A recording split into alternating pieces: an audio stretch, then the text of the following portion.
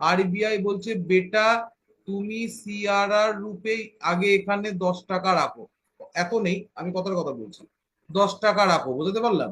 তো আরবিআই যদি সিআরআর কি ইনক্রিজ করে বলে দেয় তুমি 25 টাকা সিআরআর রাখো এবার থেকে, cash reserve ratio with the form of cash with RBI এর সঙ্গে, তাহলে কি হবে? তাহলে মানি স্যার কি হবে? সিআরআর ইনক্রিজ হলে মানি সাপ্লাই রিডিউসড হবে ইকোনমিতে।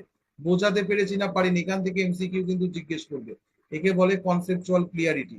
ইফ সিআরআর ডিক্রিজ, তো মানি সাপ্লাই কি হবে বেটা? ইনক্রিজড হবে।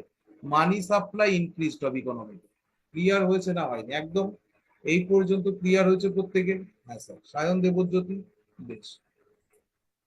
এইবার হচ্ছে statutory liquidity ratio. What is SLR my dear future officer? SLR কি?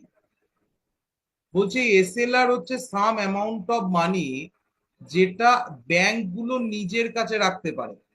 কি দেখো এসএলআর কি স্যার? জাস্ট এক সেকেন্ড। এসএলআর নিজের কাছে রাখতে পারে ইটসেলফ, ব্যাংকগুলো, শিডিউলড কমার্শিয়াল ব্যাংকগুলো এসএলআর স্ট্যাটুইটারি লিকুইডিটি রেশিওকে কি করতে পারে বেটা? নিজের কাছে রাখতে পারে। বোঝাতে পারলাম না পারলাম না? কি করতে পারে?